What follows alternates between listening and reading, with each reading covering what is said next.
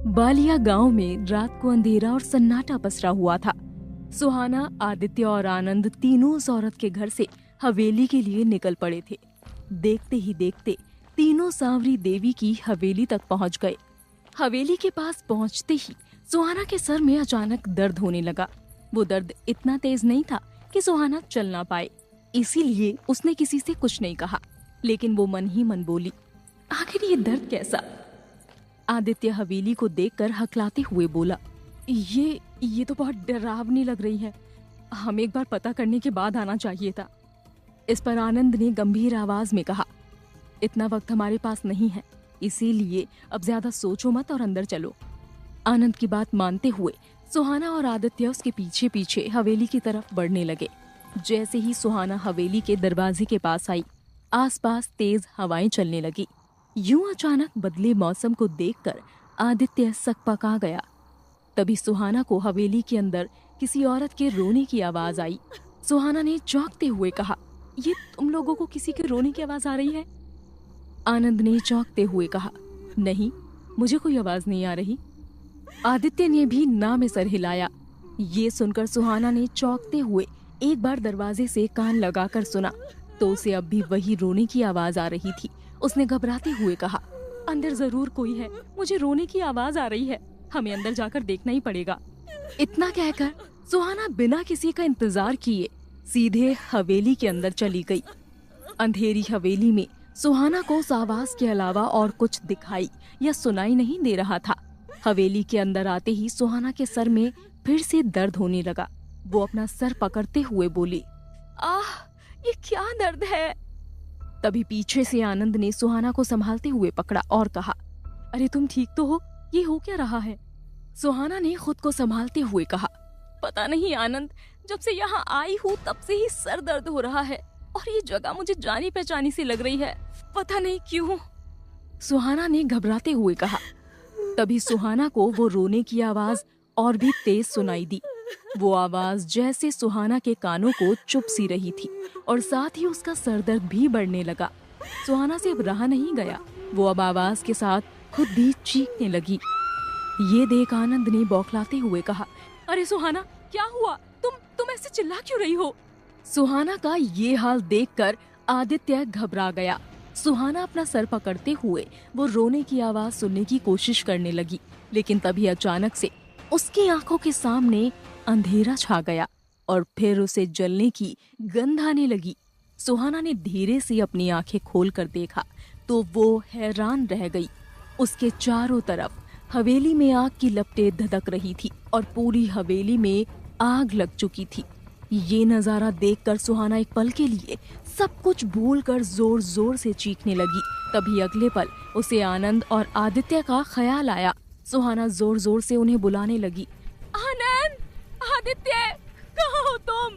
कहाँ हो तुम? लेकिन आग की लपटों के अलावा सुहाना को आनंद और आदित्य कहीं नजर नहीं आए। सुहाना घबराकर खुद से बोली, आखिर ये आग कैसे लगी हवेली में और आदित्य, आनंद कहाँ गए? हे भगवान, ये हो क्या रहा है? तभी उन आग की लपटों के बीच सुहाना को फिर से वही रोने की आवाज सुनाई देने लगी। इस बार आवाज उसे और भी साफ साफ सुनाई दे रही थी। सुहाना भी आवाज की ओर ध्यान दे ही रही थी कि तभी उसके सामने आग की लपटों को चीरते हुए एक रास्ता बन गया, जिसे देखकर सुहाना हैरान रह गई। उस रास्ते के आखिर में सुहाना ने एक औरत को देखा जो लाल साड़ी में खड़ी थी। उसका चेहरा नहीं दिखा क्योंकि वो उससे काफी दूर खड़ी थी और वो रोने की आवाज उसी औरत की तरफ से आ रही थी। सुहाना आग की लपटों के बीच सब कुछ भूलकर सिर्फ उस औरत को देखने लगी और वो औरत सुहाना की तरफ धीरे धीरे बढ़ने लगी, जिसके साथ रोने की आवाज और भी तेज होती जा रही थी। सुहाना का दिल जोर जोर से धड़क रहा था। ना जाने क्यों सुहाना को वो औरत जानी पहचानी सी लग रही थी। जैसे ही वो सुहाना के कुछ करीब आई, सुहाना ने देखा कि उस औरत का पेट हद से ज्यादा बड़ा था, जिसे देखकर सुहाना असमंजस में पड़ गई। देखते ही देखते वो सुहाना के इतने पास आ गई थी कि जैसे ही सुहाना ने उसका चेहरा देखा, उसके पैरों तले जमीन खिसक गई। वो औरत प्रेग्नेंट थी और उसका पूरा चेहरा जला हुआ था। वो औरत रोते हुए बोली, मुझे बचा लो वियोना, ये लोग मुझे मार देंगे। मुझे बचा लो वियोना। सुहाना को कुछ समझ नहीं आया कि वो अब क्या करे। सुहाना इससे पहले कुछ कर पाती। हवेली के ऊपर वाली दीवार पर लगा झूमर अचानक ही उसके नीचे खड़ी औरत पर गिर पड़ा, जिसके साथ ही सुहाना की चीख निकल गई और उसके सामने अंधेरा सा छा गया। कुछ देर बाद जब सुहाना को होश आया तो वो हवेली के बाहर आनंद की गोद में लेटी हुई थी। उसकी आंख खुलते ही आनंद ने घबराते हुए कहा, सुहाना तुम ठीक तो हो? तुम्हें हो क्या गया था? आदित्य भी घबराते हुए सुहाना के पास खड़ा था। सुहाना ने अपना सर पकड़ते हुए कहा, हवेली में तो आग लगी थी और वो औरत झूमर के नीचे। सुहाना की बात सुनकर आदित्य सोचते हुए बोला, आग? कहाँ लगी आग सुहाना? तुम किस औरत की बात कर रही हो? सुहाना ने घबराते हुए कहा, आदित्य मैंने अभी देखा था उस औरत को, उसका चेहरा जला हुआ, वो प्रेग्नेंट भी थी। ये तुम कैसी बहकी बहकी सी बातें कर रही हो सुहाना? वहाँ ऐसा कुछ नहीं हुआ। तुम सर में दर्द बता रही थी और फिर बेहोश हो गई। ये सुन सुहाना ने मन ही मन सोचा, इसका मतलब वो सपना था। लेकिन आखिर वो औरत थी कौन और मुझे जानी पहचानी सी क्यों लग रही थी? जहाँ एक तरफ सांवरी देवी की हवेली में सुहाना के साथ अजीब अजीब सी चीजें हो रही थी, वहीं दूसरी तरफ पुतुलबाड़ी की हवेली में पंडित जी काकी की बातें सुनकर हैरान रह गए। उन्होंने हकलाते हुए कहा, क्या कहा आपने? तांत्रिक? कौन तांत्रिक? काकी ने हंसते हुए कहा, तो रे, और कौन है यहाँ? अब तांत्रिक चाहे पंडित के कपड़े पहन ले, आखिर रहेगा तो वो तांत्रिक ही। पंडित ने अपने गले से घूंट उतारते हुए कहा, ये सब आपको कैसे पता? ये तो बस। पंडित जी बोलते बोलते रुक गए। उन्होंने खुद से कहा, इसका मतलब काकी, लेकिन ये कैसे हो सकता है? नहीं, ये नहीं हो सकता। तभी काकी के चेहरे पर एक कुटिल मुस्कान छा गई। उन्होंने धीरे से कहा, बिल्कुल सही सोच रहा है तांत्रिक तू। सांवरी देवी के लिए काम कर रहा था ना तू? अब सेवा करवाने की बारी मेरी है। जाके नामकरण की विधि शुरू कर। आज का दिन बड़ा ही अच्छा है। उसकी बात सुन पंडित जी बिना कुछ बोले नामकरण की विधि शुरू करने लग गए। पंडित जी का चेहरा देखकर ऐसा लग रहा था जैसे उन्हें सांप सूंघ गया हो। सारी तैयारी करने के बाद काकी के पीछे पीछे सुहाना की बेटी आई। उसकी आंखों में डर साफ साफ दिख रहा था। वो काकी के साथ पंडित जी के पास बैठते हुए बोली, यहाँ क्या होने वाला है? काकी ने मुस्कुराते हुए कहा, आज से तेरा नया नाम कहानी में जुड़ेगा। सोचा था वियोना अच्छा लगेगा, लेकिन वियोना तो वियोना है। तू खास है रे, तेरा नाम भी खास ही होगा। आज से तेरा नाम पीहू होगा। सुहाना की बेटी ने कहा, मेरा नाम पीहू? कुछ देर बाद जब नामकरण की विधि खत्म हुई, उस कमरे से सब लोग चले गए। वहाँ केवल पीहू बैठी हुई थी। पीहू वहीं बैठे बैठे अग्नि कुंड को देखती रही। तभी उसकी आंखों से आंसू टपकने लगे।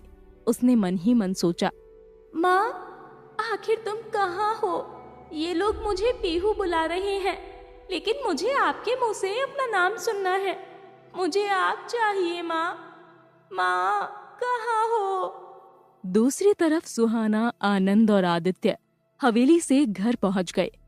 उस घर की मालकिन जिसने उन्हें रुकने की इजाजत दी थी, वो सुहाना और आनंद से बहुत गुस्सा थी।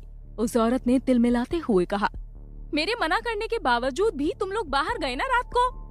तभी आदित्य ने सुहाना और आनंद को कमरे में जाने का इशारा किया और खुद बात संभालने लगा। कमरे में पहुंचते ही आनंद ने सुहाना से पूछा, क्या तुम ठीक हो सुहाना? सुहाना ने सोचते हुए कहा, हाँ मैं ठीक हूँ आनंद, बस सर दर्द है। इस पर आनंद ने कहा, ठीक है तुम आराम करो, मैं बस आता हूँ। सुहाना के सर में इतना दर्द हो रहा था कि वो लेट गई। थोड़ी देर बाद सुहाना ने कमरे से झांक कर देखा तो आदित्य उस औरत के साथ कुछ बात कर रहा था। लेकिन तभी सुहाना की नजर वहाँ बरगद के पेड़ के नीचे खड़े आनंद पर पड़ी। जिसे देखकर सुहाना के होश उड़ गए। लेकिन उससे ज्यादा चौंकने वाली बात ये थी कि आनंद वहां अकेला नहीं था। वो वहां एक लाल घूंघट वाली औरत के साथ बात कर रहा था। ये देखकर सुहाना ने घबराते हुए खुद से कहा, आखिर ये आनंद किससे बात कर रहा है? वो भी यूं चुप चुप के। ये लाल साड़ी वाली औरत आखिर है कौन? कहीं आदित्य सही तो नहीं कह रहा था? आखिर चल क्या रहा है आनंद के दिमाग में? जहां सुहाना कमरे में आनंद को देखकर परेशान थी, वहीं कमरे के बाहर आदित्य उस औरत को संभाल रहा था। उस औरत का नाम शांति था। आदित्य ने धीरे से शांति से पूछा, वैसे क्या बता सकती हैं? ऐसा क्या हुआ था उस हवेली में कि सब लोग सांवरी देवी से नफरत करने लगे? वो तो शायद वैद्य थी ना? शांति ने आदित्य को घूरते हुए कहा, अब तुम इतना रिस्क लेकर हवेली गए थे तो मैं तुम्हें बताती हूँ। बात तो तुम्हारी सही है, सांवरी देवी एक वैद्य थी, लेकिन साथ साथ वो लोगों की दूसरी परेशानियों को भी दूर कर देती थी। गांव में वो एक देवदासी थी। सब कुछ अच्छा चल रहा था, लेकिन एक दिन कुछ ऐसा हुआ कि सब कुछ बदल गया। शांति की बात सुनकर आदित्य ने झट से पूछा, ऐसा क्या हुआ? शांति ने आदित्य से कहा, एक दिन सांवरी देवी की शरण में एक लड़की आई थी। ये आज से कुछ 20 साल पहले की बात है। मुझे ये सब मेरी माँ ने बताया था। उस रात मौसम इतना खराब था कि ऐसा लग रहा था जैसे बस अभी बादल फट जाएगा या कोई तूफान आ जाएगा। तापमान इतना गिर गया था कि जैसे पानी अभी बर्फ बन जाए। ऐसा पहले कभी किसी ने बालिया गांव में नहीं देखा था। उस लड़की के बारे में किसी को कुछ नहीं पता था। धीरे धीरे उस लड़की ने सांवरी देवी की जगह ले ली और सांवरी देवी का चाल चलन बदलने लगा। आदित्य ने चौंकते हुए कहा, इसका मतलब सांवरी देवी ने उस लड़की को अपनी जगह दे दी? लोग तो ऐसे ही कहते हैं, लेकिन मुझे तो लगता है कि चक्कर ही कुछ और था। धीरे धीरे सांवरी देवी को लोग भूलकर उस लड़की को देवदासी मानने लगे। सब कुछ ठीक चल रहा था, लेकिन फिर एक दिन हमारे गांव में पहली बार खून हुआ, जिसके बाद से लगातार किसी न किसी का खून होने लगा, उस औरत ने बताया। ये सुनकर आदित्य को पुतुलबाड़ी में हुए हादसों के बारे में याद आ गया। उसने कहा, और उस वक्त ये सांवरी देवी क्या कर रही थी? शांति ने धीरे से कहा, सांवरी देवी उस वक्त गांव में नहीं थी। मेरी माँ ने कहा था कि खून होने के कुछ दिनों पहले से ही सांवरी देवी गांव में किसी को भी नजर आना बंद हो गई थी। लेकिन एक दिन सांवरी देवी गांव वापस लौटी और वो रात उनकी आखिरी रात थी। आदित्य शांति की बात सुनकर दंग रह गया। वहीं दूसरी तरफ आनंद भी वापस कमरे में पहुंच गया। सुहाना बेड पर लेटे लेटे बिना कुछ बोले आनंद को देखे जा रही थी। आनंद ने गौर किया कि सुहाना उसे अजीब तरह से देखे जा रही थी। आनंद ने मुस्कुराते हुए पूछा, ऐसे क्यों देख रही हो मुझे? इतना अच्छा लग रहा हूँ क्या? सुहाना ने धीरे से पूछा, हमें हमारी बच्ची मिल जाएगी ना? सुहाना की बात सुनकर आनंद अचानक से रुक गया। उसने पलट के सुहाना की तरफ देखा, जिसकी आंखों में आंसू थे। वो अगले पल सुहाना के करीब जाकर बैठ गया। अचानक आनंद को अपने इतने पास देखकर सुहाना चौंक गई। उसने सुहाना के माथे को चूमते हुए कहा, हमारी बच्ची हमें जरूर मिलेगी सुहाना, ये मेरा वादा है। सुहाना बस आनंद की आंखों में देखती रही। उसने मन ही मन सोचा, आखिर कौन सा चेहरा सच है आनंद? मैं आखिर किस पर विश्वास करूं? वो जिसे मैंने कुछ देर पहले उस औरत के साथ देखा, या ये जो मेरे सामने वादा कर रहा है? वहीं उस कमरे के बाहर आदित्य शांति की बात सुनकर चौंकते हुए बोला, क्या मतलब आपका आखिरी रात? क्या हुआ था उस रात को? शांति ने गंभीर आवाज में कहा, उस रात सांवरी देवी अकेली नहीं लौटी थी। अपने साथ अपने पेट में 4 महीने का बच्चा लेकर लौटी थी। एक देवदासी का यूं गर्भवती होना गांव में बहुत ही अशुभ मानते हैं हम, और गांव वालों के हिसाब से इसीलिए गांव में रहस्यमयी खून होने लगे थे। उनके अपनों को खोने के जुनून में गांव वालों ने सांवरी देवी और उस लड़की को उसी हवेली में जिंदा जला दिया था। ये सुनकर आदित्य के पैरों तले जमीन खिसक गई। उसने मन ही मन कहा, अगर सांवरी देवी कई सालों पहले मर गई थी तो वो कौन थी जो पुतुलबाड़ी में सांवरी देवी कहकर आई थी? आखिर कौन थी वो औरत जो सांवरी देवी के रूप में पुतुलबाड़ी में रह रही थी, और कौन थी वो औरत जो सुहाना को हवेली में नजर आई थी? आखिर क्या है बालिया गांव की हवेली का राज? जानने के लिए सुनते रहिए वियोना, सिर्फ पॉकेट एफएम ऐप पर।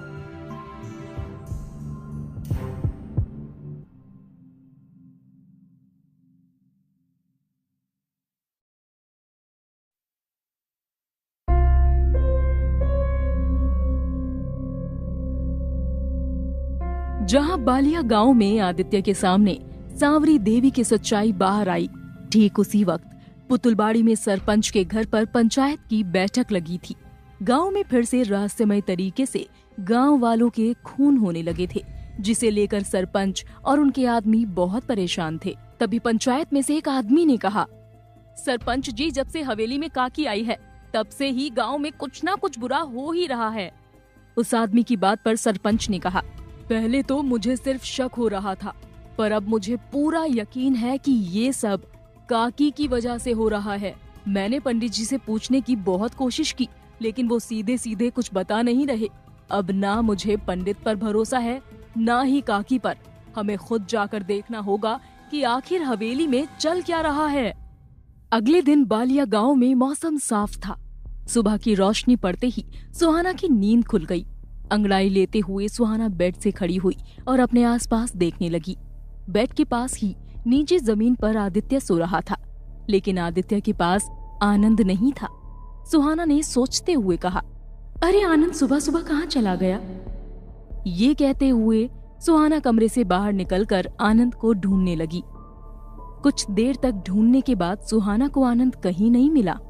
आनंद का यूं अचानक घर पर ना होना सुहाना को कुछ खटक रहा था।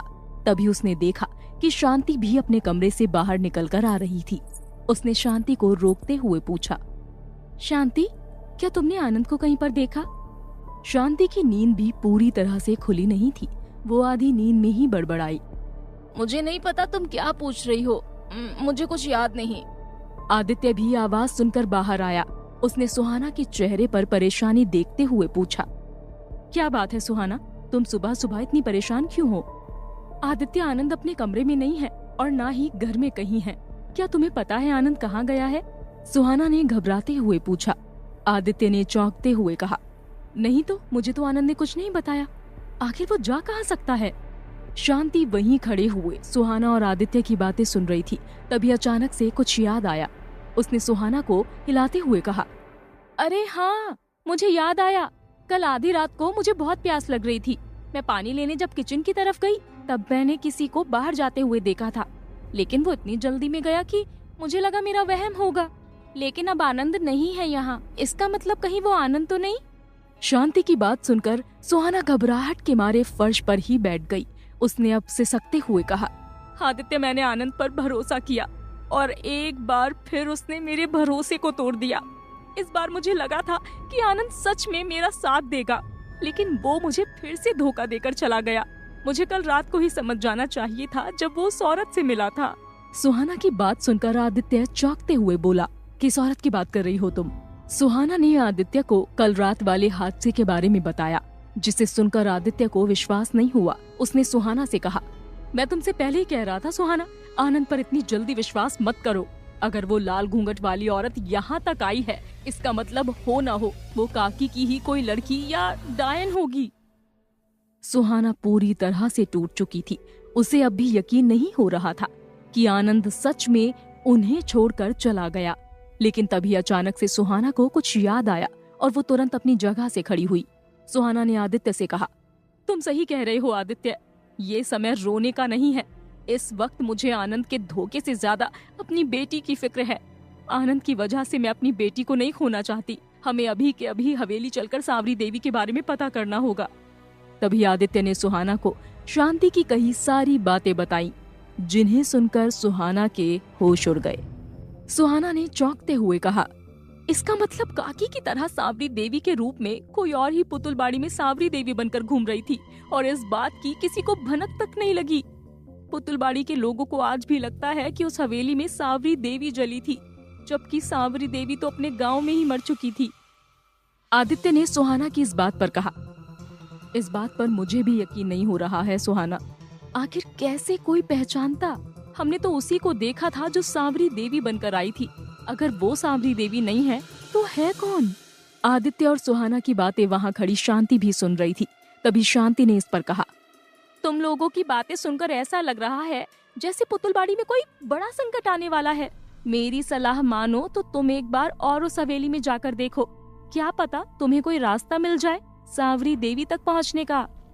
सुहाना शांति की बात से सहमत होकर तुरंत आदित्य के साथ हवेली के लिए निकल पड़ी, जहां एक तरफ आनंद बालिया गांव से आधी रात को गायब हो गया था, वहीं दूसरी तरफ पुतुलबाड़ी की हवेली में काकी से मिलने एक नकाबपोश शख्स आया था। काकी ने उस शख्स को अंदर आने को कहा। उस आदमी के अंदर आते ही काकी ने मुस्कुराते हुए कहा, पीहू को लेकर आओ अंदर। पीहू का नाम सुनकर वो आदमी जैसे अपनी जगह पर जम सा गया। कुछ देर बाद सुहाना की बेटी पीहू कमरे में आई। काकी ने पीहू के सर पर हाथ रखते हुए कहा, इसको ही देखना चाहते थे ना तुम? तभी उस नकाबपोश आदमी ने अपने चेहरे से नकाब हटाया। वो आदमी कोई और नहीं, आनंद ही था। अब काकी ने हंसते हुए कहा, तुम्हें क्या लगा आनंद, तुम इतनी जल्दी मुझसे बच पाओगे और मेरे ही खिलाफ तुम साजिश कर पाओगे? काकी की बात सुनकर आनंद के मुंह से एक लफ्ज भी नहीं निकला। काकी के पास उसकी अपनी बेटी थी और वो हर हालत में अपनी बेटी को काकी से बचाना चाहता था। इसीलिए आनंद ने चुप रहने में ही अपनी भलाई समझी। काकी के पास खड़ी पीहू बड़े गौर से आनंद को देख रही थी। तभी काकी ने पीहू से पूछा, तुझे पता है ये कौन है? इस पर पीहू ने कोई जवाब नहीं दिया, क्योंकि उसने पहले कभी आनंद को नहीं देखा था। उसने ना में सर हिलाया और काकी की तरफ देखा। काकी ने मुस्कुराते हुए पीहू से कहा, ये तेरा बाप है, वही जो तुझे पैदा होते ही छोड़कर चला गया था, जैसे तेरी माँ चली गई थी। काकी की बातें सुनकर पीहू को बहुत बुरा लगा, लेकिन साथ ही साथ अपने पिता को देखकर पीहू अंदर ही अंदर खुश थी। उसका मन कर रहा था कि वो अपने पिता को कस के गले लगाए, लेकिन काकी की वजह से पीहू ने अपने इमोशंस को बांध कर रखा हुआ था। तभी काकी की नजर आनंद पर पड़ी और उन्होंने गुस्से से कहा, तुमने मेरी बहुत मदद की है आनंद, इसीलिए मैं तुम्हें एक और मौका दे रही हूँ। अगर तुम सब कुछ सही करना चाहते हो और अपनी बच्ची को सही सलामत देखना चाहते हो तो तुम अब से मेरी बात मानोगे, और अगर तुमने इस बार सुहाना की मदद करने की कोशिश की तो तुम जानते हो उसका अंजाम क्या होगा। काकी की बात सुनकर आनंद के होश उड़ गए। उसने मन ही मन कहा, मैं सुहाना को एक और बार धोखा नहीं दे सकता। हे भगवान, ये मैं कहाँ फंस गया। एक तरफ सुहाना है तो एक तरफ मेरी बेटी पीहू। आखिर मैं किसकी मदद करूं? जहां काकी उस कमरे में आनंद और पीहू से बात कर रही थी, वहीं कमरे के बाहर से सारी बातें कुसुम भी सुन रही थी। ये सुनकर उसने मन ही मन सोचा, आखिर इस काकी को मानना पड़ेगा। बड़ी खिलाड़ी निकली, एक तीर से दो निशाने। लेकिन मैं भी कम नहीं हूँ। हर हालत में मैं काकी से पहले उन शक्तियों को हासिल करके रहूंगी। दूसरी तरफ बालिया गांव में सुहाना और आदित्य सांवरी देवी की हवेली की तरफ निकल पड़े थे। तभी कुछ गांव वाले उनके पास से गुजरे और उनकी बातें सुनकर आदित्य और सुहाना चौंक गए। गांव वालों में से एक आदमी ने कहा, अरे तुम्हें पता चला? सांवरी देवी की पुरानी हवेली में वो फिर से लौट आई है। उनमें से एक और आदमी ने कहा, कहीं तुम उसी औरत की बात तो नहीं कर रहे, वो पागल औरत? इस पर उसने कहा, हाँ मैं उसी की बात कर रहा हूँ। अब तुम उसे चाहे पागल बुलाओ या कुछ भी, थी तो वो सांवरी देवी की सेविका, वो भी खास सेविका। हो ना हो वो भी सांवरी देवी की तरह खास होगी, लेकिन जब से आई है तब से हवेली में अजीब अजीब आवाजें आने लगी हैं। हवेली के पास रहने वाले लोगों की नींद ही उड़ रखी है। गांव वालों की बातें सुनकर सुहाना ने आदित्य से कहा, आदित्य ये किस औरत की बात कर रहे हैं? सांवरी देवी की खास सेविका, वो भी पागल? सुहाना की बात सुनकर आदित्य ने कहा, रुको सुहाना, अभी पता करता हूँ। आदित्य सुहाना को वहीं रुकने को कहकर उन गांव वालों से जाकर उस औरत के बारे में पता करता है। कुछ देर बाद सुहाना के पास लौट के आया और कहा, तुमने सही सुना सुहाना, ये गांव वाले कहते हैं कि वो सांवरी देवी की खास सेविका थी। लोग उसे पागल कहते हैं, लेकिन हमेशा हवेली में वो घूमती रहती है और कुछ ना कुछ करती रहती है। मुझे लगता है हमें उससे जरूर कुछ पता चलेगा। सुहाना ने हामी भरते हुए कहा, सही कह रहे हो आदित्य, हो ना हो कुछ तो जानती होगी वो सांवरी देवी के बारे में। अब वही है जिन्होंने सांवरी देवी को असली में देखा होगा।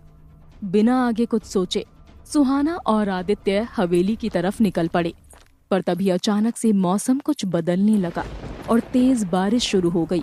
लेकिन बारिश में भी सुहाना और आदित्य रुके नहीं, वो तेजी से हवेली की तरफ जा रहे थे। कुछ दूर चलने के बाद सुहाना अचानक से रुक गई, क्योंकि वो लगातार आनंद के बारे में सोच रही थी। उससे अब खुद को संभाला नहीं जा रहा था। अक्सर प्यार इंसान को ताकतवर या कमजोर बना देता है, लेकिन प्यार में धोखा खाना किसी सांप के जहर से कम नहीं होता। वो अंदर ही अंदर दिल से पूरे शरीर में फैलता है और फिर शरीर साथ देना छोड़ देता है। कुछ ऐसा ही हाल सुहाना का था। बारिश की ठंडी बूंदों के नीचे भी सुहाना का शरीर अंदर से जल रहा था। आदित्य ने जब पीछे पलटकर देखा तो सुहाना नीचे जमीन पर बैठी रो रही थी। वो तुरंत उसके पास गया और उसे उठाते हुए बोला, भले कुसुम और मेरा रिश्ता कैसा भी हो, प्यार उससे मैंने बहुत किया था और शायद आगे भी करूंगा सुहाना। जब उसका सच मुझे पता चला तो मैं भी खुद को संभाल ना सका, लेकिन पता है मुझे कहाँ से हिम्मत मिली? मेरे बाप से, मेरी बहन से। जब मुझे पता चला कि इनकी मौत की जिम्मेदार कहीं ना कहीं कुसुम भी है, तो मुझे उन्होंने हिम्मत दी, मेरा हौसला बढ़ाया। ठीक वैसे ही तुम्हारी हिम्मत तुम्हारी बच्ची है सुहाना, वो बच्ची जिसके पैदा होते ही उसे तुमसे दूर कर दिया गया। आदित्य की बातें सुनकर सुहाना में जैसे एक नई जान आ गई। उसे जैसे लड़ने की हिम्मत मिल गई थी। वो खुद को संभालते हुए बोली, आदित्य अगर तुम नहीं होते तो शायद ही मैं यहाँ तक पहुँचती। मैं बहुत लकी हूँ। थोड़ी देर में सुहाना और आदित्य हवेली पहुँच गए। हवेली में कदम रखते ही फिर एक बार सुहाना के सर में दर्द होने लगा। आदित्य ने उससे पूछा, फिर से तुम्हारे सर में दर्द हो रहा है क्या? सुहाना ने सोचते हुए कहा, हाँ आदित्य, और बार बार ऐसा लग रहा है जैसे मैं इस जगह को जानती हूँ और वो प्रेग्नेंट औरत को भी।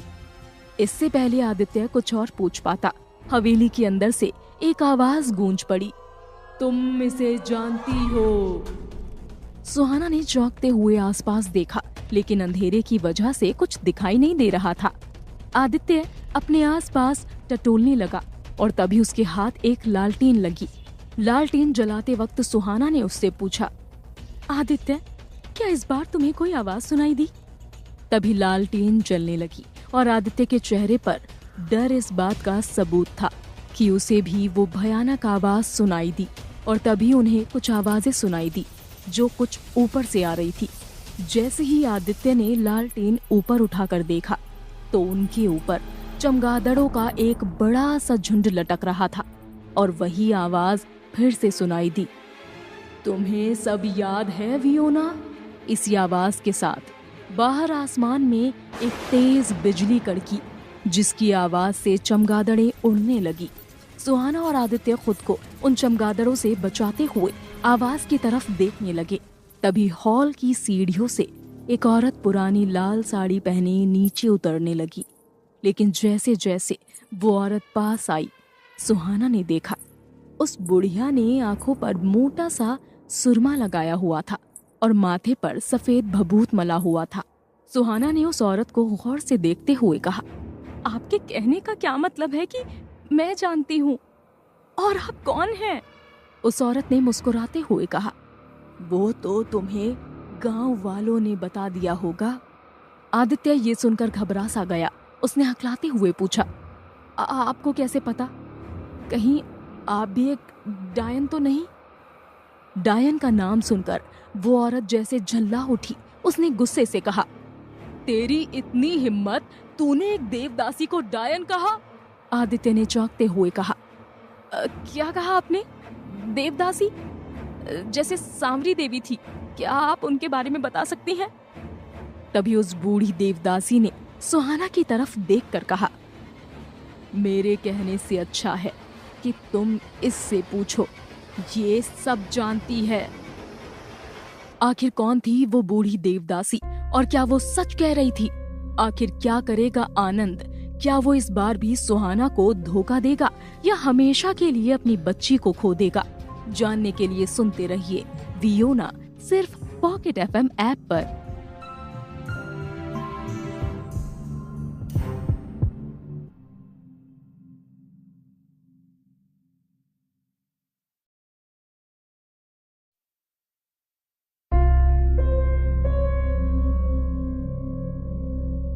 सांवरी देवी की हवेली में उस बूढ़ी देवदासी की बात सुनकर सुहाना और आदित्य चौंक पड़े। सुहाना सोच में पड़ गई कि आखिर क्यों उस देवदासी ने भी वही कहा जो सबसे पहले दिन पुतुलबाड़ी की हवेली पर उस डायन ने कहा था। आदित्य बौखलाते हुए कभी देवदासी को देख रहा था तो कभी सुहाना को। इस पर सुहाना ने चौंकते हुए कहा, आप इतने यकीन के साथ कैसे कह रही हैं? आखिर आपको ऐसा क्यों लगता है? मैं तो यहाँ पहली बार आई हूँ। जैसे ही सुहाना ने जवाब दिया, हवेली के अंदर एक अजीब सी हलचल होने लगी। आसपास तेज हवाएं चलने लगी, जबकि सारी खिड़कियां बंद थी और कमरे में लगे झूमर के आसपास रोशनी फैल गई। और वो देवदासी जोर जोर से हंसने लगी। ये देख सुहाना और आदित्य हैरान थे। फिर अचानक शांत होकर गंभीर आवाज में उसने कहा, इतिहास दोहरा रहा है और फिर से वो अपनी चाल चल रही है। बस हंसी इस बात की है कि उसको मेरे सामने यूं बेसहारा देखकर मुझे बहुत मजा आ रहा है। अब सुहाना का सब्र टूट चुका था। उसने गुस्से से कहा, बहुत हो गया। होंगी आप देवदासी, लेकिन आपके सामने एक माँ खड़ी है, वो माँ जिससे उसका बच्चा पैदा होते ही छीन लिया गया। ये एक माँ की लड़ाई है, इसीलिए आप मुझे साफ साफ बताइए, आखिर आप किस बात की बात कर रही हैं? बहुत हो गया ये पहेलियों का सिलसिला। सुहाना का गुस्से वाला चेहरा देख आदित्य सकपका गया। तभी वो देवदासी अपना पल्लू संभालते हुए बड़ी ही अदब से सुहाना की तरफ बढ़ने लगी। भले वो बूढ़ी थी, लेकिन उसकी चाल किसी भी युवती को टक्कर दे सकती थी। उसके बाल सफेद थे, लेकिन चेहरे की झुर्रियां बहुत बारीक थी। अब उस देवदासी ने सुहाना की आंखों में आंखें डालकर कहा, मैं तुम्हारी बात कर रही हूँ वियोना, तुम इतिहास दोहरा रही हो। सुहाना ये सुनकर हैरान रह गई। सुहाना ने आदित्य की तरफ चौंकते हुए देखा, फिर वो उस औरत की तरफ देखकर बोली, ये आप क्या बोले जा रही हैं? मैं वियोना नहीं हूँ, मैं सुहाना हूँ। सुहाना, वियोना तो वो डायन है। इस पर उस देवदासी ने कहा, इसी बात की कमी है, तुम्हें इतने सारे सपने आए, इतने सारे अतीत के पन्ने पढ़े, फिर भी तुम असली बात को समझ नहीं पाई। इसीलिए शायद मेरा मन कह रहा था कि मुझे आज यहाँ आना चाहिए। मेरा असली काम अब शुरू हुआ है। तभी आदित्य ने सोचते हुए पूछा, सुहाना के सपनों से वियोना का क्या लेना देना? उसके सपने में तो उसने कभी नहीं देखा ऐसा कि वो वियोना है। आदित्य की बात सुनकर सुहाना एक पल के लिए पुतले की तरह अपनी जगह पर टिक गई। उसने धीरे से कहा, आदित्य, वो मेरे सपने में। अचानक सुहाना बोलते बोलते रुक गई और एक बार फिर वो देवदासी हंसते हुए बोली, मुझे पता है तुम क्या सोच रही हो सुहाना, अब तुम्हें सब समझ आ रहा होगा। मुझे बस एक बात बताओ, क्या तुम्हारे सपनों में या जब भी तुम हवेली में फंसती थी, क्या तुम्हारी काकी तुम्हारे साथ होती थी? ये सुनकर मानो सुहाना की आंखों में एक चमक सी झलकने लगी, जैसे उसने गुत्थी सुलझा ली हो। उसने चौंकते हुए एक शब्द में कहा, नहीं। क्या तुम्हें सपने में लोगों ने वियोना बुलाया है? देवदासी ने अगला सवाल पूछा, जिस पर सुहाना ने कहा, हाँ। देवदासी ने बड़ी गंभीर आवाज में दूसरा एक और प्रश्न पूछा, क्या तुम्हें हवेली में एक गर्भवती औरत नजर आई जिसका चेहरा जला हुआ था? क्या तुम्हें ऐसा लगा कि तुम उसको जानती हो? जैसे ही देवदासी का दूसरा सवाल सुहाना ने सुना, उसके दिमाग में हलचल पैदा हो गई, मानो जैसे सुहाना का सर चकरा रहा था। वो खुद को संभालते हुए बोली, हाँ हाँ, लेकिन मुझे कुछ याद क्यों नहीं आ रहा? सुहाना अब गुस्से से पागलों की तरह एक बात बोले जा रही थी, मुझे याद नहीं आ रहा। सुहाना का ये हाल देखकर आदित्य बौखला गया। उसने सुहाना को संभालते हुए कहा, अरे आप हमें सीधे सीधे बता दीजिए ना, आप देखिए सुहाना को कुछ हो रहा है। तभी उस देवदासी ने गुस्से से कहा, नहीं, वियोना को अपने अतीत के बारे में खुद जानना होगा। यही किस्मत की मर्जी है, इसके खिलाफ तुम चाहकर भी नहीं जा सकते। तुम पीछे हट जाओ। लेकिन आप। इससे पहले आदित्य अपनी बात कहता, उस देवदासी ने गुस्से भरी निगाहों से आदित्य को देखा, जिसे देखकर आदित्य एकदम पीछे हटा।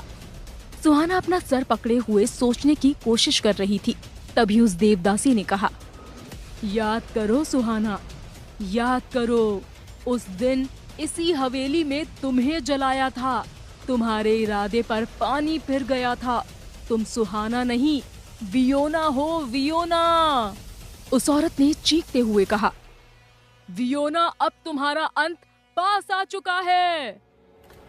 जैसे ही देवदासी ने ये कहा, पलक झपकते ही सुहाना ने उसकी गर्दन को पकड़ते हुए उसे हवा में उठा लिया।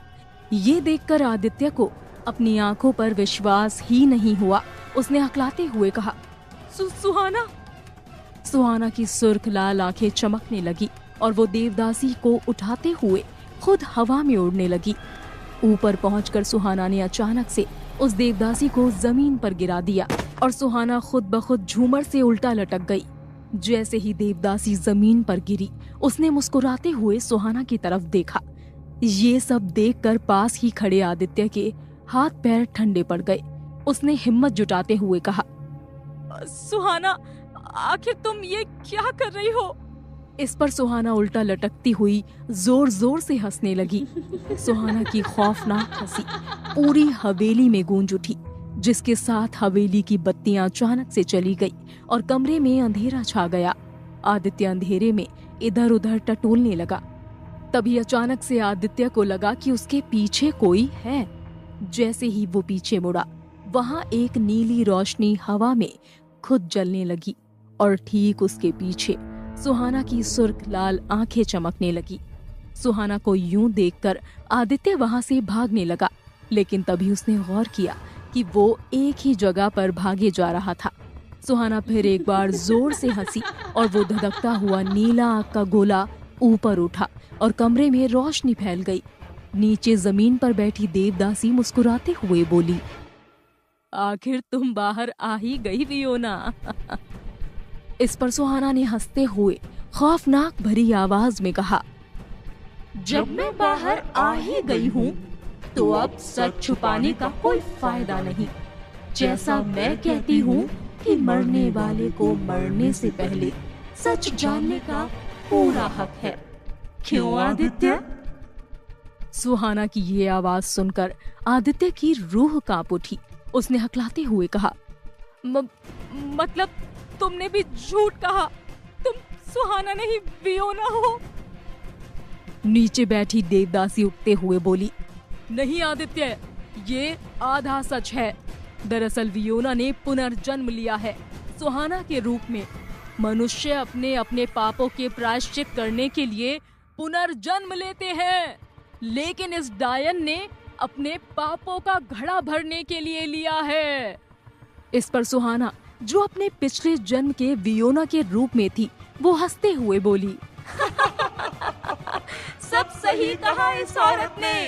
ऐसे ही सब कुछ सही चल रहा था, लेकिन उस दिन न जाने कैसे गांव वालों को पता चल गया मेरे बारे में।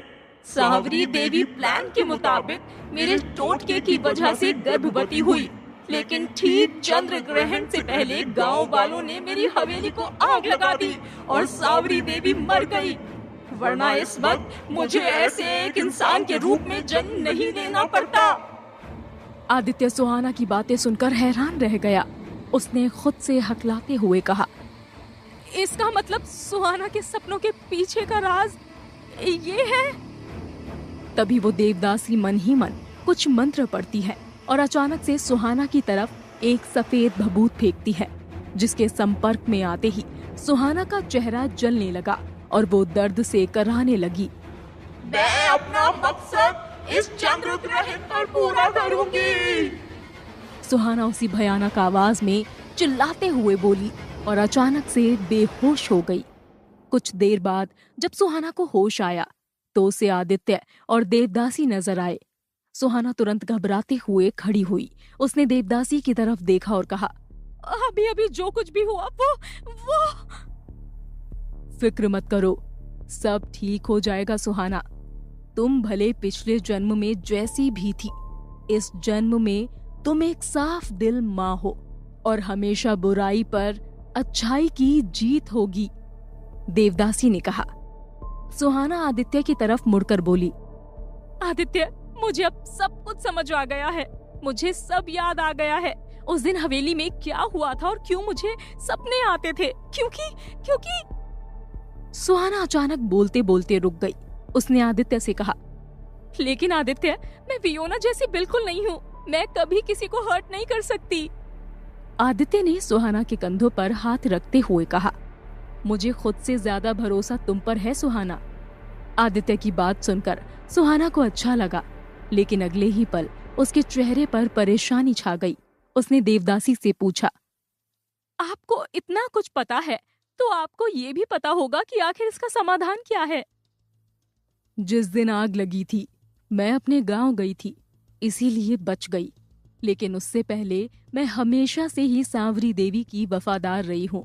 जब से सांवरी देवी का रवैया बदला, मुझे तभी से शक हो गया था।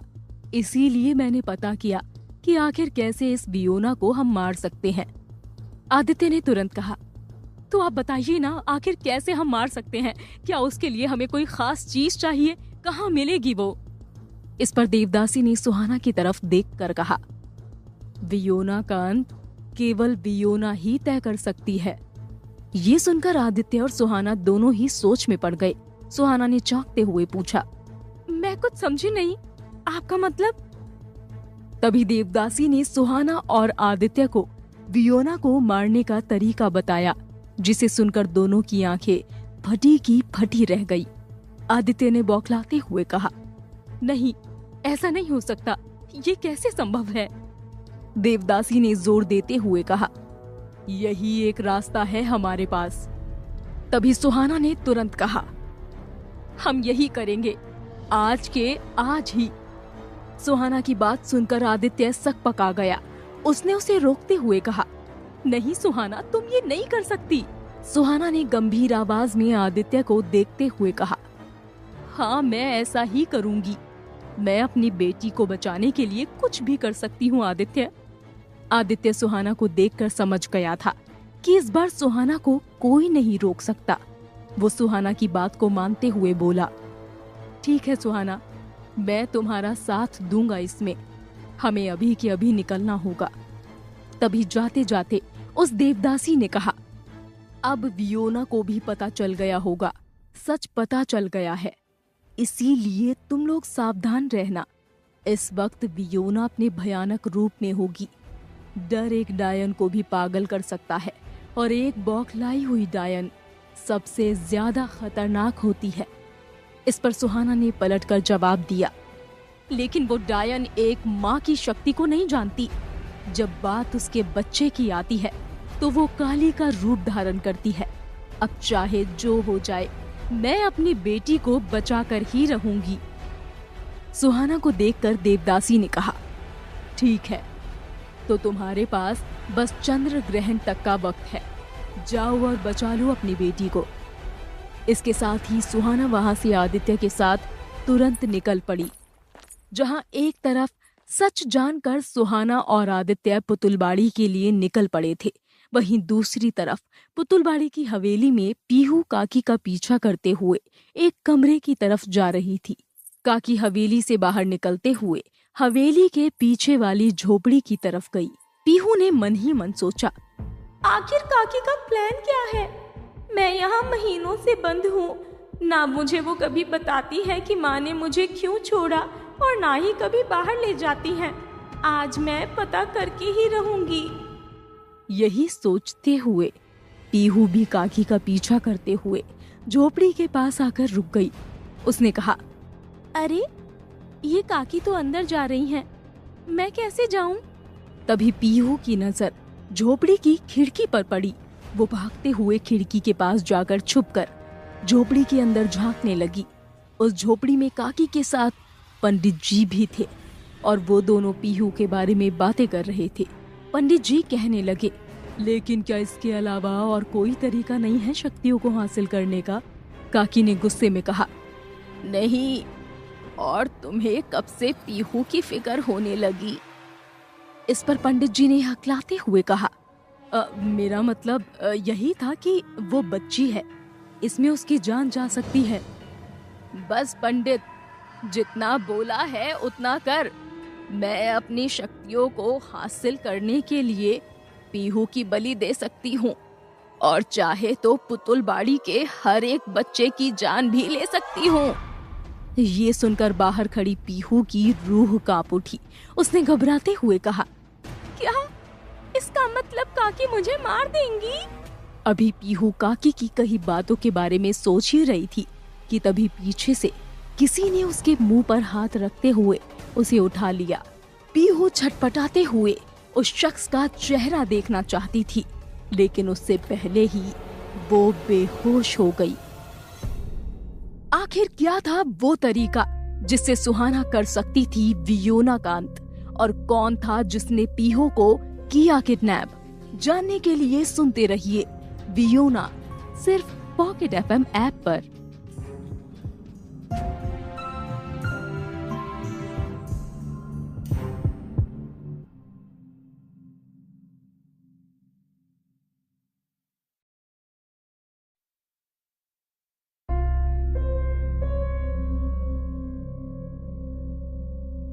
सुहाना बालिया गांव से आदित्य के साथ निकल चुकी थी।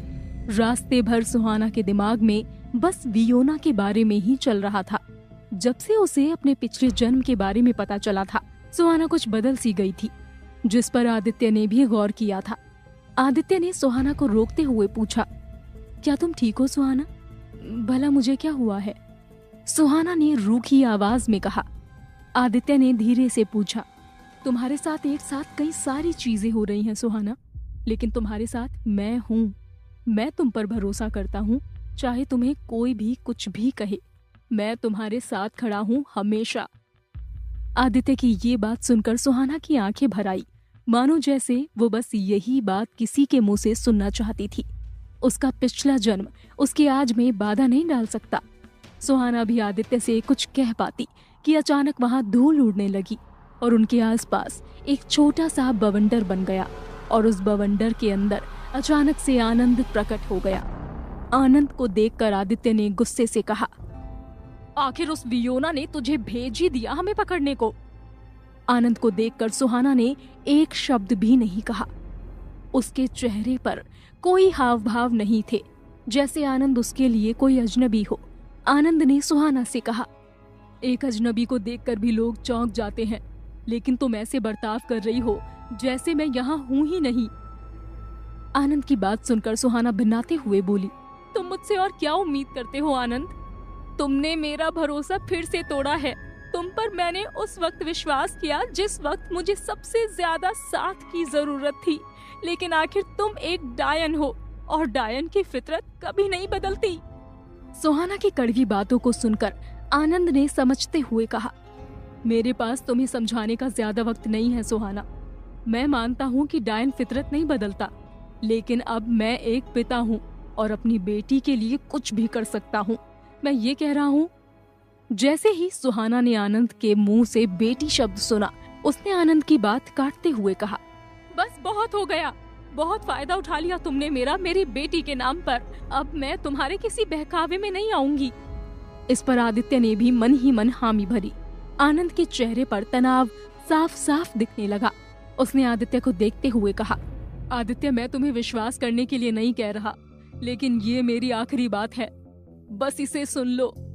अभी आधी रात हो चुकी है और कुछ ही देर में चंद्र ग्रहण का दिन शुरू हो जाएगा। उससे पहले हमें पीहू के साथ यहाँ से दूर जाना होगा। सुहाना और आदित्य चौंकते हुए एक दूसरे का चेहरा देखने लगे।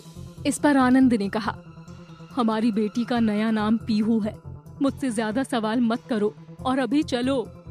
सुहाना ने आनंद की एक न सुनी, इसीलिए आनंद मजबूरी में सुहाना और आदित्य को धोखे से अपने साथ उस बवंडर में लेकर कहीं गायब हो गया।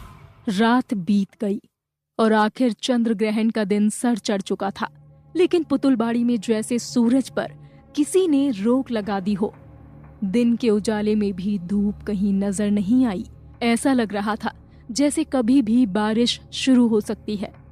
गांव में सभी लोग अपने अपने घरों में बंद थे। सरपंच जी के आदेश अनुसार चंद्र ग्रहण वाले दिन सबको घर में ही रहने को कहा गया था। पुतुलबाड़ी की ही एक इमारत के कमरे में पीहू को होश आया। वो धीरे से अपनी आंखें खोलते हुए आसपास देखने लगी। पीहू ने कहा, अरे मैं ये कहाँ हूँ? ये तो किसी का कमरा लग रहा है। भला मुझे यहाँ कौन लेकर आ सकता है? इतना कहकर पीहू फुर्ती के साथ बेड से उतरी और दरवाजे के पास पहुंची।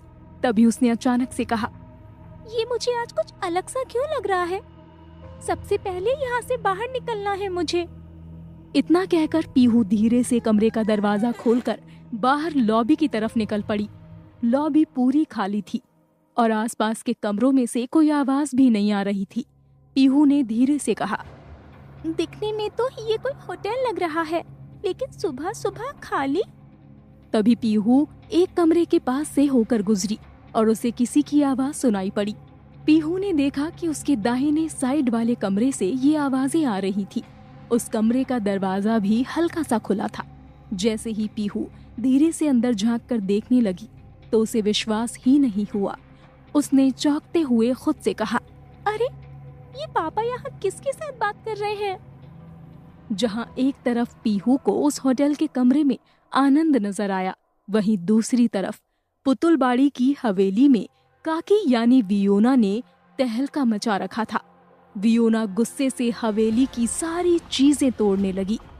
उसने बौखलाते हुए कहा, आखिर कैसे सुहाना को सब पता चला और ये हवेली के सारे लोग कहाँ चले गए? कौन है वहाँ? अभी के अभी नीचे आओ। वियोना की गुस्से भरी आवाज सुनकर एक औरत भागते हुए उसके पास आई। वियोना ने भिन्नाते हुए कहा, कहाँ रह गए सब? आज चंद्र ग्रहण है, याद है कि नहीं?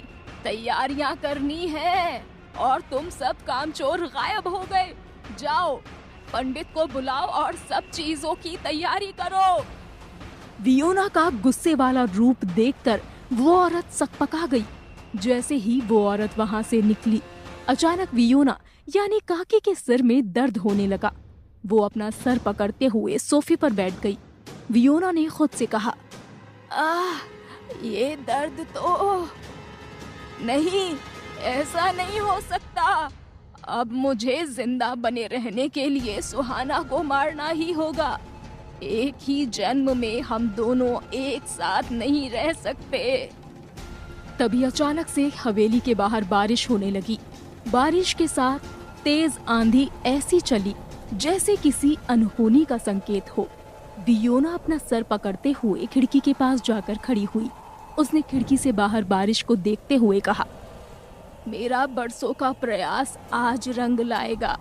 इसी चंद्र ग्रहण पर मैंने अपनी शक्तियां खोई थी और आज इतने सालों बाद मैं उसे हासिल करूंगी।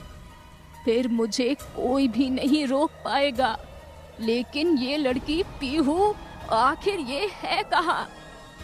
क्यों मैं इसे ढूंढ नहीं पा रही? आखिर आनंद उसे कहाँ ले जा सकता है? और अचानक से वियोना को जैसे कुछ याद आया। उसने सोचते हुए कहा, कहीं आनंद पीहू को लेकर सुहाना के पास तो नहीं गया? नहीं, ऐसा हरगिज नहीं होना चाहिए। तभी अचानक वियोना के पीछे वही औरत आ खड़ी हुई जिसे उसने पंडित को लाने के लिए भेजा था। वो औरत वहीं कांपती हुई खड़ी रही। वियोना ने उसे घूरते हुए पूछा, क्या बात है? ऐसे पुतले की तरह क्यों खड़ी हो? कहाँ है पंडित? तभी उस औरत ने कांपती हुई आवाज में कहा, वो पंडित। वियोना ने एक बार फिर गुस्से से कहा, अरे क्या ये पंडित पंडित लगा रखा है? सीधे सीधे बोलना। उस औरत ने हकलाते हुए कहा, वियोना जी, वो वो पंडित जी नहीं मिले। उस औरत की बात सुनकर वियोना चौंक पड़ी। उसने भिनाते हुए कहा, क्या मतलब कि पंडित नहीं मिला? उस औरत ने कांपती हुई आवाज में कहा, वो पंडित जी कल रात से ही कहीं नहीं दिखे, वो हवेली में है ही नहीं। ये बात सुनकर वियोना मन ही मन बोली, इसका मतलब पंडित छोड़कर भाग गया।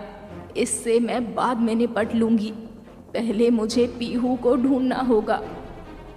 जहां एक तरफ वियोना पंडित के गायब होने की खबर से परेशान थी, वहीं वो पंडित पुतुलबाड़ी गांव के बाहर बारिश में भीगते हुए बेसब्री से किसी का इंतजार कर रहा था। पंडित एक खाली चाय की दुकान के पास खड़े किसी का इंतजार करते हुए सोचने लगा, तंत्र मंत्र सीख कर मैंने ना जाने कितने बुरे काम किए थे, लेकिन एक सांवरी देवी थी जिन्होंने मुझ पर भरोसा किया और मुझे एक नई जिंदगी की तरफ बढ़ने को कहा, लेकिन शक्तियों के लालच में आकर मैंने उन्हें ही धोखा दे दिया। इस चीज की सजा मुझे मिलकर ही रहेगी। पंडित अपने बीते अतीत के बारे में सोच ही रहा था कि उसे एक आवाज सुनाई दी। पंडित अपने ख्यालों से बाहर निकलते हुए आसपास देखने लगा। उस दुकान से कुछ ही दूरी पर एक बड़ा सा बरगद का पेड़ था, जिसके नीचे एक औरत शॉल ओढ़े खड़ी थी। पंडित भागते हुए उस औरत के पास गया। उस औरत ने दबी आवाज में कहा, अचानक तुम्हें ऐसा ख्याल क्यों आया? इस पर पंडित ने कहा, बस ये आखिरी बार मैं तंत्र मंत्र वाला काम करूंगा, इसके बाद सब खत्म। आज की रात उसकी आखिरी रात होगी।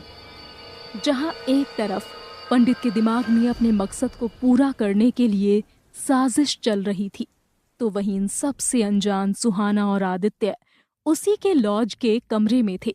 वहां आनंद भी था। सुहाना ने भिन्नाते हुए आनंद से कहा, तुम कुछ बताओगे भी या ये भी तुम्हारी कोई चाल है?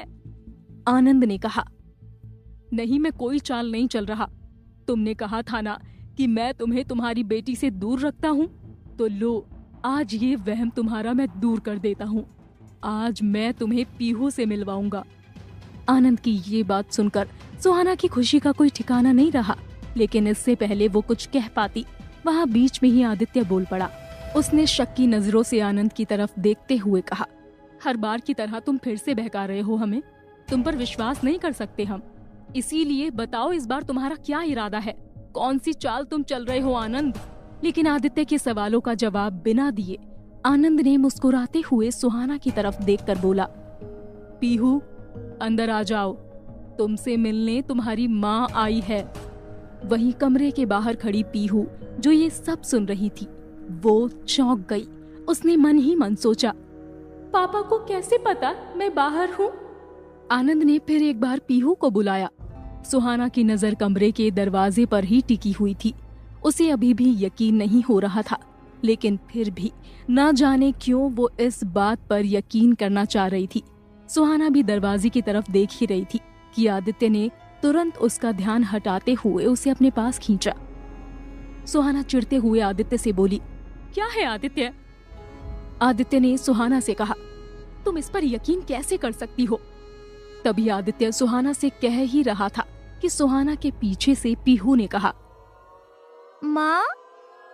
माँ सुनकर सुहाना की आंखें भर आई। उसने तुरंत पलट के देखा तो उसकी बेटी पहले से भी ज्यादा लंबी लग रही थी, लेकिन इस वक्त सुहाना को अपनी वही नवजात बच्ची ही नजर आ रही थी, जिसके पैदा होने के बाद वो आज ही उससे मिल रही थी। सुहाना बस इस पल को कैद कर लेना चाहती थी। पीहू सुहाना को देखकर कुछ देर के लिए मौन रही, जैसे सुहाना अपनी बच्ची को पहली बार देख रही थी।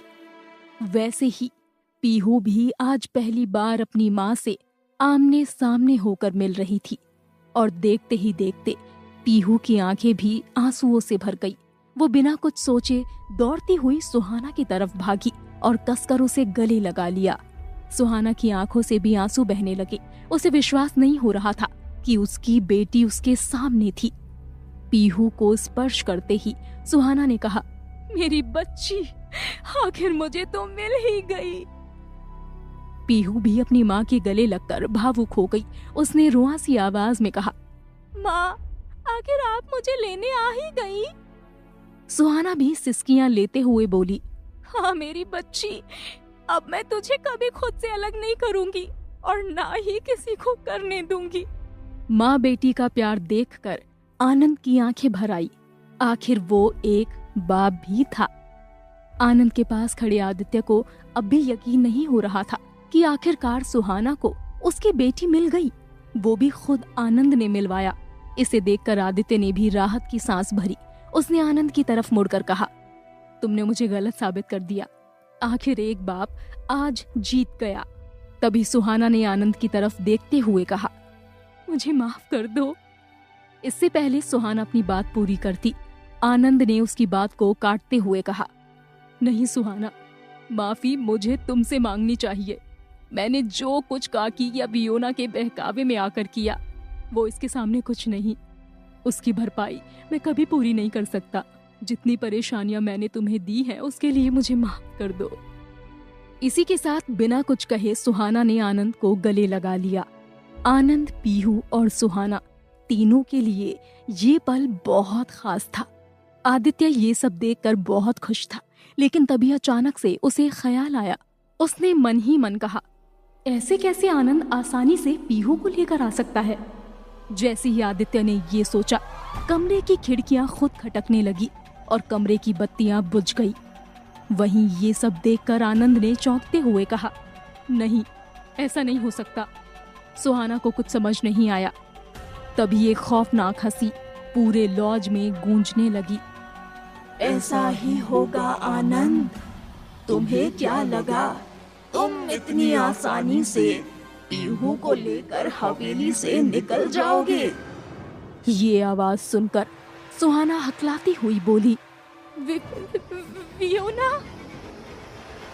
आखिर कैसे करेगी सुहाना अब वियोना का सामना? क्या वो अपनी बेटी को वियोना के चंगुल से बचा पाएगी? आखिर कौन थी वो औरत जो पंडित से गांव के बाहर मिली? क्या है पंडित का मकसद? जानने के लिए सुनते रहिए वियोना, सिर्फ पॉकेट FM ऐप पर।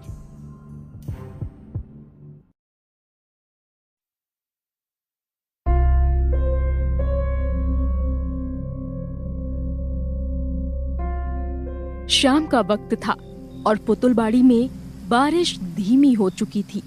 चंद्र ग्रहण का नाम याद आते ही सरपंच मन ही मन सोचने लगे, आखिर चंद्र ग्रहण का वो दिन आ ही गया। बस अब सही वक्त पर वो भी गांव पहुंच जाए। उसी वक्त सरपंच के घर पर एक बड़ी मूंछों वाला आदमी आया, जिसने सर पर लाल पगड़ी बांधी हुई थी और घबराते हुए बोला, सरपंच जी, वो सुहाना की काकी को आदित्य की लॉज की तरफ जाते देखा है मेरे आदमियों ने। ये सुन सरपंच ने कहा, हम अभी के अभी लॉज के लिए निकलेंगे। तुम बाबा जी को सीधे वहीं लेकर आना। आज बाबा की मदद से हम सबका खेल खत्म कर देंगे।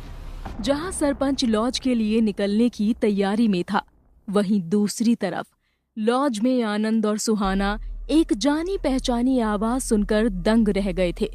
आनंद ने आसपास देखा तो वहां उसे कोई नजर नहीं आया। तभी खिड़कियां जो खुद ब खुद खुल रही थी, उनके कांच अपने आप टूट गए। ये सब देखकर वहां खड़ी सुहाना की बेटी पीहू घबराने लगी। तभी वहां फिर एक बार वही आवाज सुनाई पड़ी, सबसे पहले तू खुद को बचा ले सुहाना। इसी के साथ कमरे की सारी लाइट्स बुझ गई और पीहू ने घबराई हुई आवाज में कहा, माँ, ये वही है। पीहू की बात सुनकर सुहाना चौकन्ना हो गई, जैसे उसे भी पता था कि वो किसकी आवाज है। लेकिन तभी अचानक आदित्य ने अपने सामने दो सुर्ख लाल आंखों को चमकते हुए देखा, जिसे देखते ही उसके मुंह से एक जबरदस्त चीख निकली। वो आवाज सुनकर सुहाना और पीहू सकपका गए। सुहाना ने अंधेरे में आदित्य को आवाज लगाते हुए कहा, कौन है वहाँ? आदित्य, तुम ठीक हो?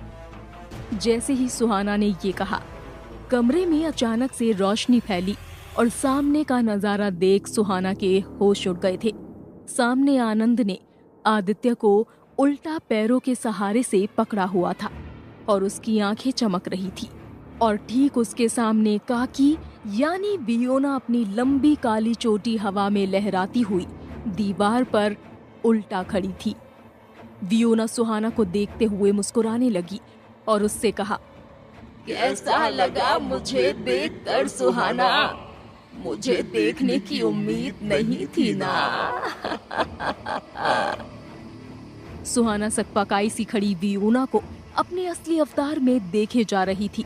वियोना पीछे आनंद की तरफ पलटते हुए बोली, तुम्हें लगा तुम एक ही रात में मेरी सालों की कोशिश को बर्बाद कर दोगी सुहाना? हरगिज नहीं। इसके साथ ही वियोना की वही खौफनाक हंसी पूरे लॉज में गूंज पड़ी। वियोना के पास खड़े आनंद को देखते हुए सुहाना ने हकलाते हुए कहा, आनंद, आदित्य को तुमने क्यों पकड़ रखा है? आनंद के चेहरे पर तनाव सुहाना को साफ साफ नजर आ रहा था, लेकिन सुहाना ने बिना किसी की परवाह किए पूरी हिम्मत के साथ कहा, सुन वियोना, मैं डायन नहीं हूँ, एक माँ हूँ, और तुम एक माँ की शक्ति को नहीं जानती। मेरे होते हुए तुम पीहू का एक बाल भी बांका नहीं कर सकती। ये सुन वियोना ने जोर जोर से हंसते हुए कहा,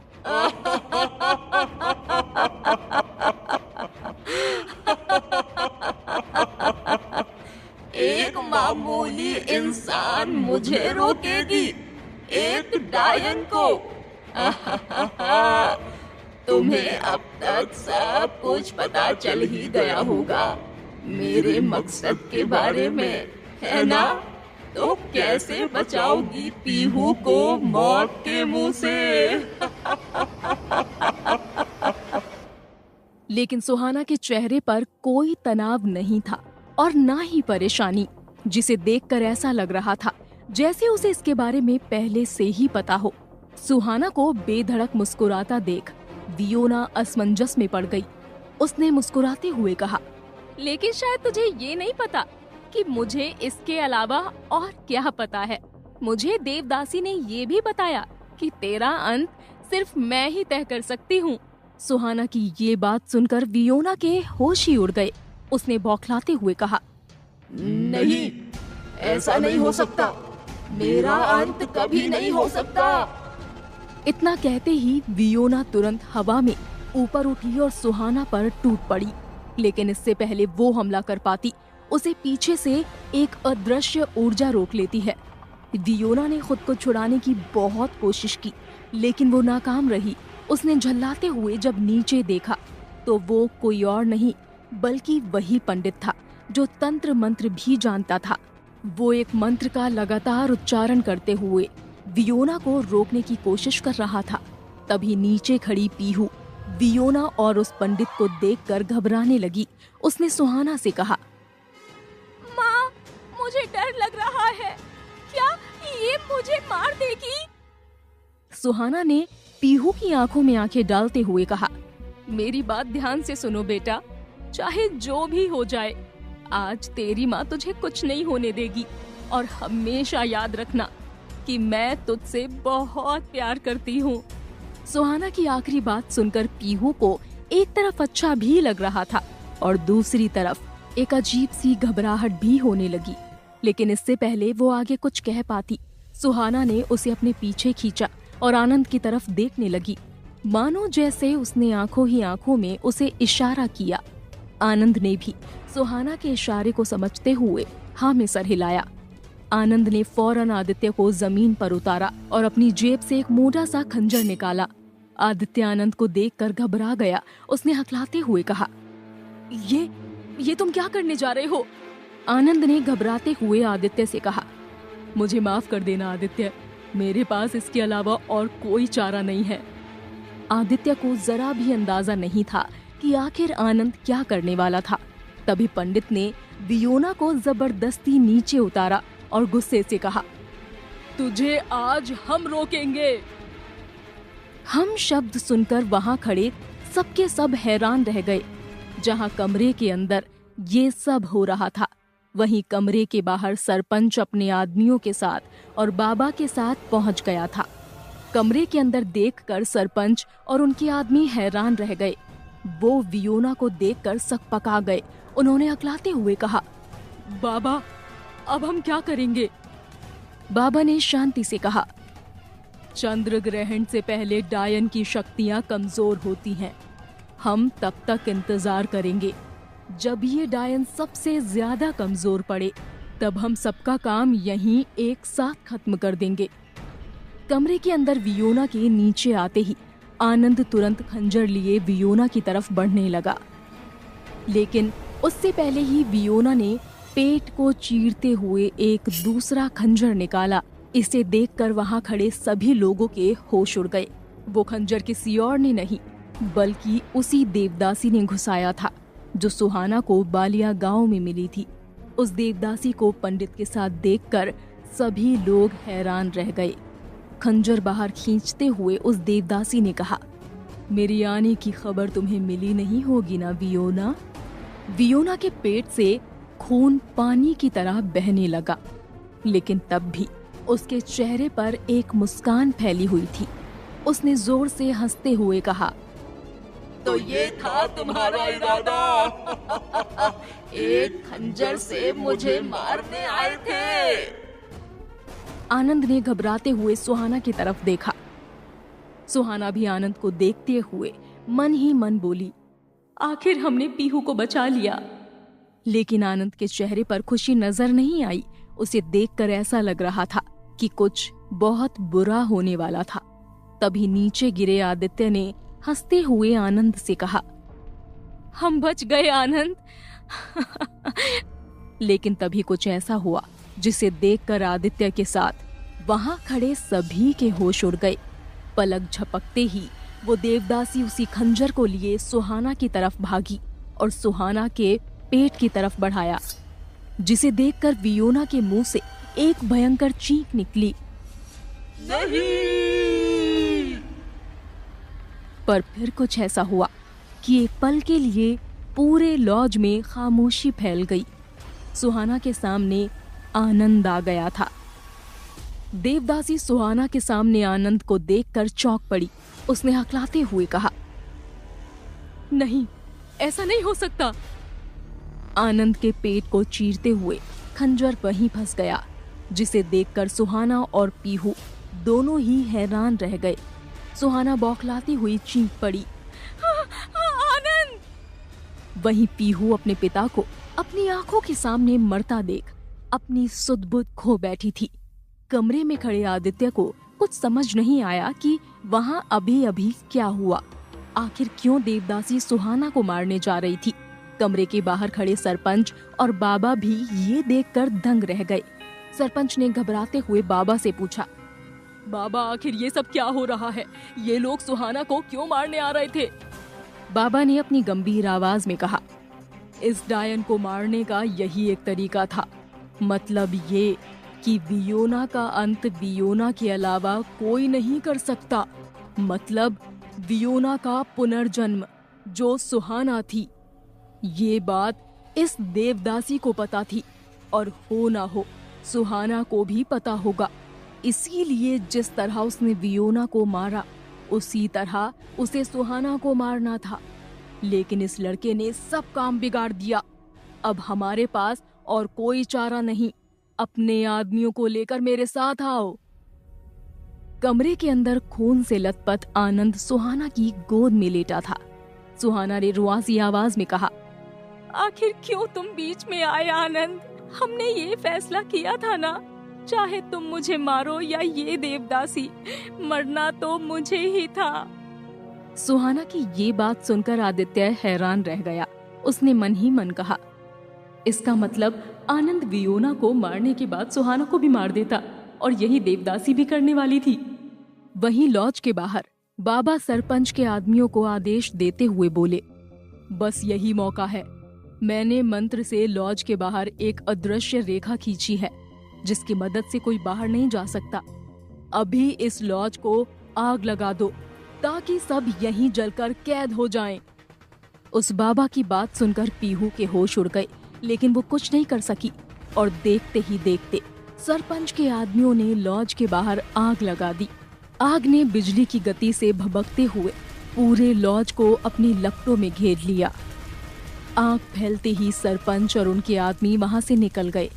सुहाना की बात पर आनंद ने दर्द के मारे धीरे से कहा, मुझे माफ कर दो सुहाना, मैं तुम्हें यूं किसी के हाथों मरता नहीं देख पाया।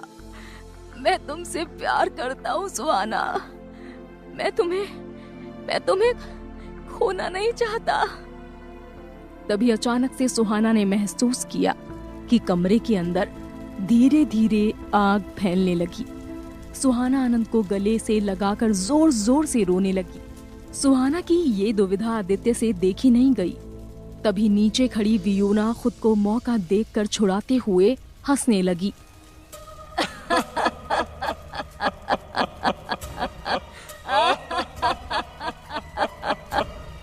बस यही कर पाए तुम लोग।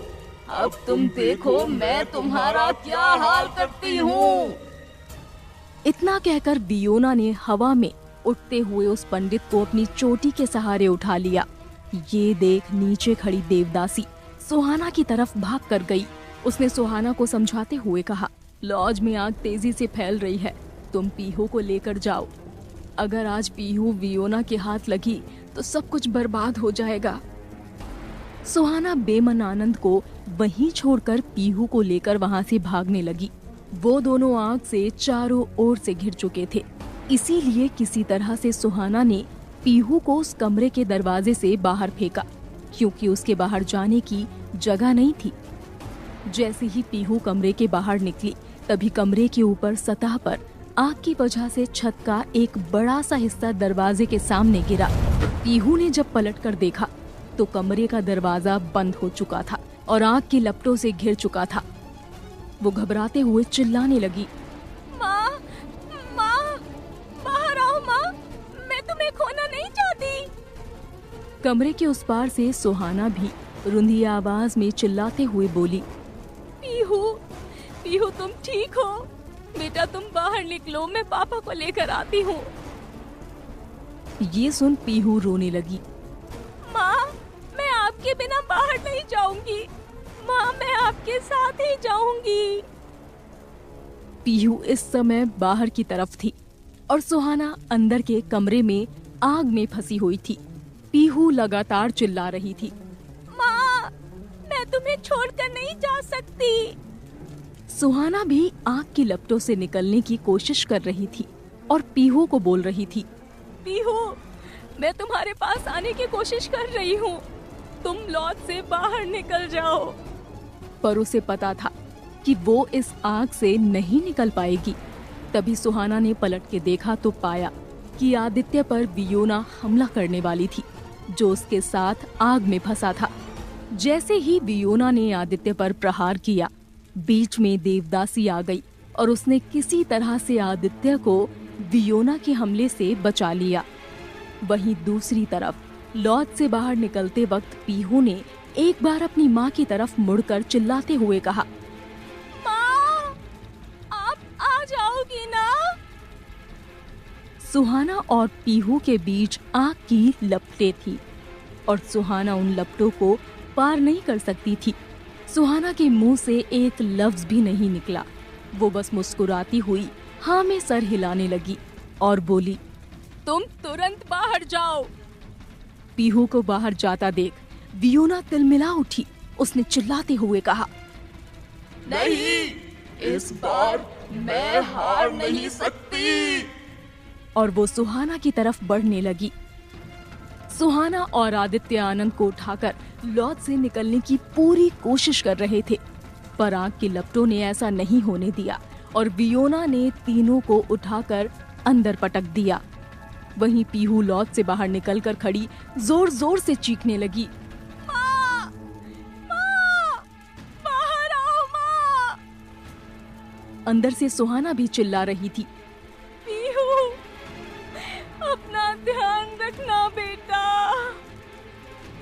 दोनों की आंखों से आंसू थमने का नाम नहीं ले रहे थे। काफी देर तक पीहू ने सुहाना का बाहर इंतजार किया, लेकिन लॉज से कोई भी बाहर नहीं आया। आग की लपटें और भी तेज हो चुकी थी।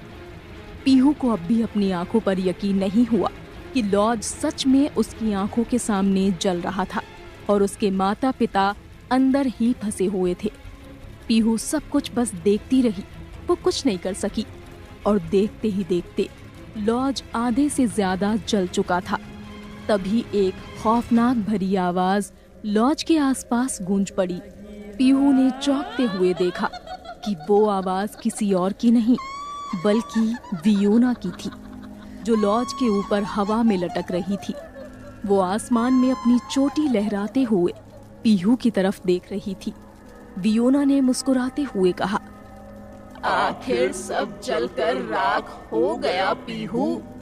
तेरी माँ जो तुझे आज ही मिली थी, तुझे फिर एक बार आज छोड़कर चली गई। भले आज मेरा मकसद पूरा नहीं हुआ, मैं फिर आऊंगी पीहू, और इस बार तुझे बचाने वाला कोई भी नहीं होगा। इतना कहकर वियोना अचानक वहां से गायब हो गई। वहीं जलती हुई लॉज के सामने पीहू वियोना के जाते ही एकदम से चुप हो गई। उसने सिसकियां लेना रोक दिया और गुस्से भरी आवाज में कहा, तुझे क्या लगता है वियोना, खेल खत्म हो गया? खेल तो अब शुरू हुआ है। वक्त आने पर मैं अपना बदला तुझसे जरूर लूंगी वियोना, और जो खेल तुमने शुरू किया है उसे मैं खत्म करूंगी। क्या पीहू की कहानी यहीं खत्म हो जाएगी? और क्या सुहाना, आनंद और आदित्य उस आग से निकल पाएंगे? क्या करेगी अब वियोना? जानने के लिए इंतजार कीजिए इस कहानी के अगले भाग यानी अगले सीजन का। तो इसी के साथ हम पहुंच गए हैं अपनी वियोना की कहानी के अंत पर। उम्मीद है कि आपको ये कहानी पसंद आई होगी। जाने से पहले मैं पॉकेट एफएम के एक ऐसे ही नए और खूबसूरत शो के बारे में बताना चाहती हूँ, जिसका नाम है जुड़वों ने बना दी जोड़ी। ये कहानी है महज 7 साल के 2 जुड़वा बच्चों की,